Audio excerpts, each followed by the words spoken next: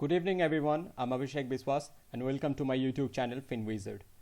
This is a small introductory video on a financial instrument called as derivative. This is the first video of my channel and today in this video we will talk about few points. At first we will talk about the introduction of derivative. Then we will try to understand the use of derivative with the help of an example. Then we will discuss about the different types of derivative instruments and finally we will talk about the structure of derivative market. So I'd like to request everyone to pay attention and watch this video till the end. So what is derivative? Well, a derivative is a contract which derives its value from an underlying asset.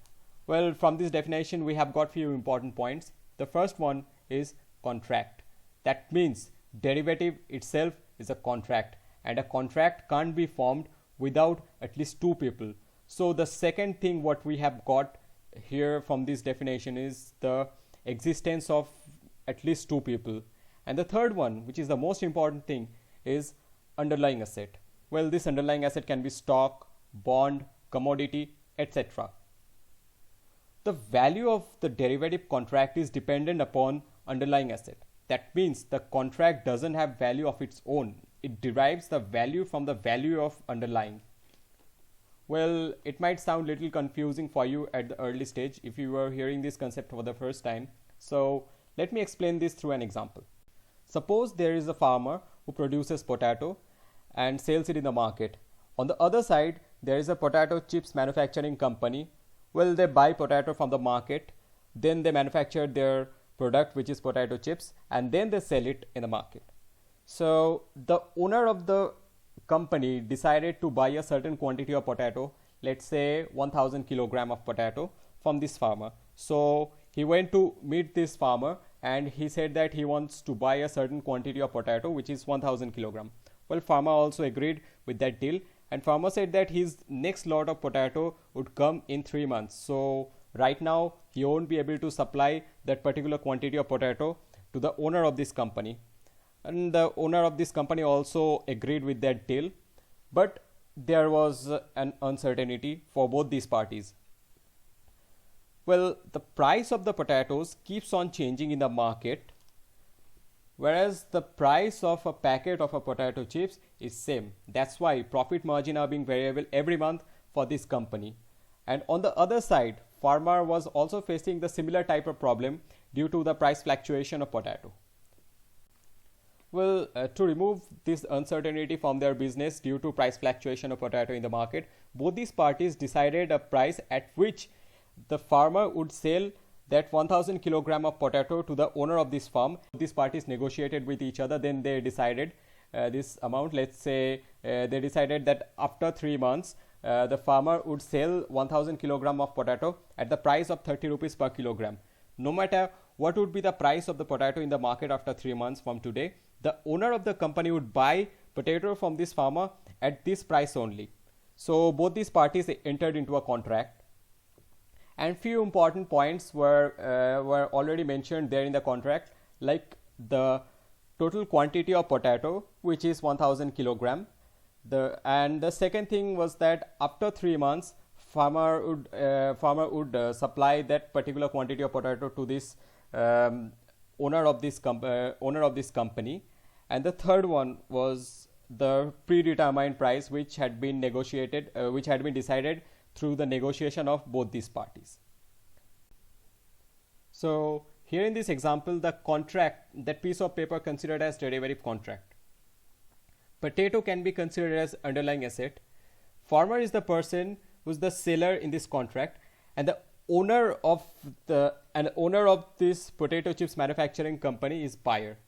Now we will see how the value of this contract is dependent on the price of the potato in the market. Let's take 3 scenarios.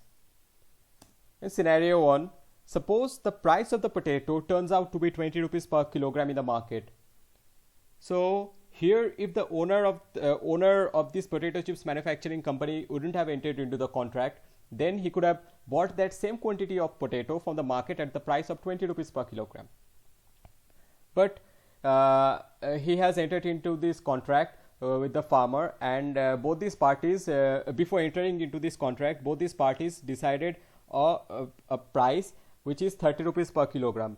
And so it is the contractual obligation of the owner of this company to buy that 1000 kilogram of potato at the price of 30 rupees per kilogram instead of 20 rupees per kilogram. So theoretically it's a loss for the owner of this company, because he is spending 10 rupees more for each kilogram of potato, and as he has bought 1000 kilogram of potato from this farmer, that means he is spending 10,000 rupees extra just because he has entered into this contract.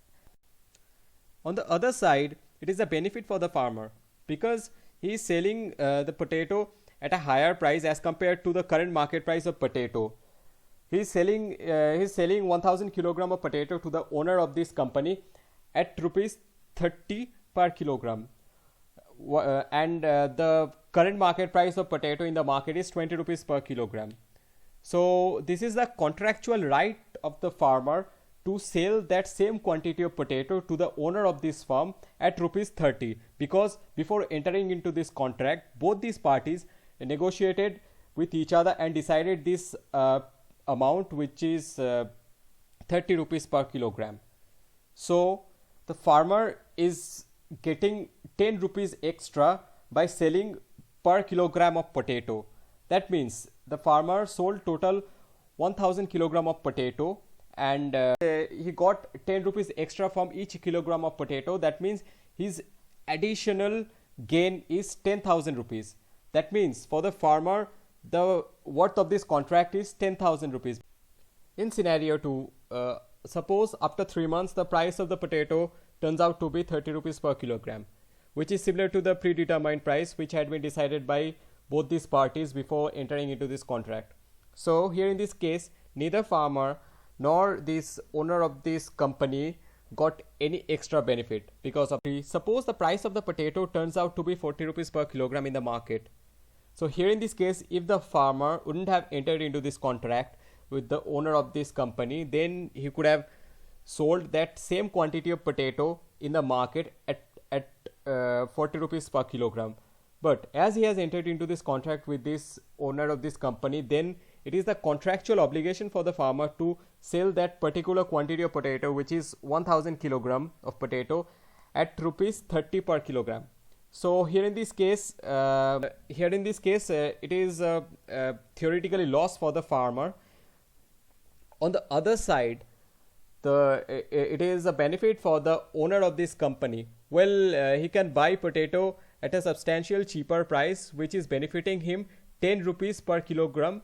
So for him, the worth of this contract is 10,000 rupees because he bought a total 1000 kilogram of potato, and from each kilogram of potato he got benefit of 10 rupees. So he saved total 10,000 rupees only for this contract. So for the owner of this company, the worth of this contract is 10,000 rupees.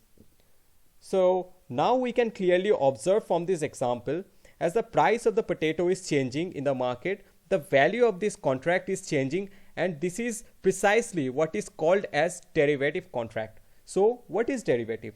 Derivative is a financial instrument or contract which derives its value based on the value of underlying asset. Here in this case, underlying asset is potato. So here with the help of this example, we can see how the value of this piece of paper, which is the derivative contract, the value of the contract is dependent on the price of the potato in the market. So now we will talk about the different types of derivative instruments. Well, there are 4 types of derivative instruments. The first one is forward contract. The second one is future contract. The third one is option contract, and the fourth one is swap. So I'll make separate videos for all these types of derivative instruments. Just for an example, I'll make a separate video for forward contract, and there I'll try to discuss almost all basic things related to forward contract. Similarly, I'll do for future, option and swap. Now let's talk about the structure of derivative market. Well, derivatives are either traded on exchange or on OTC market. Exchange is more likely a centralized and organized place, while OTC market is decentralized, where participants trade directly with other party.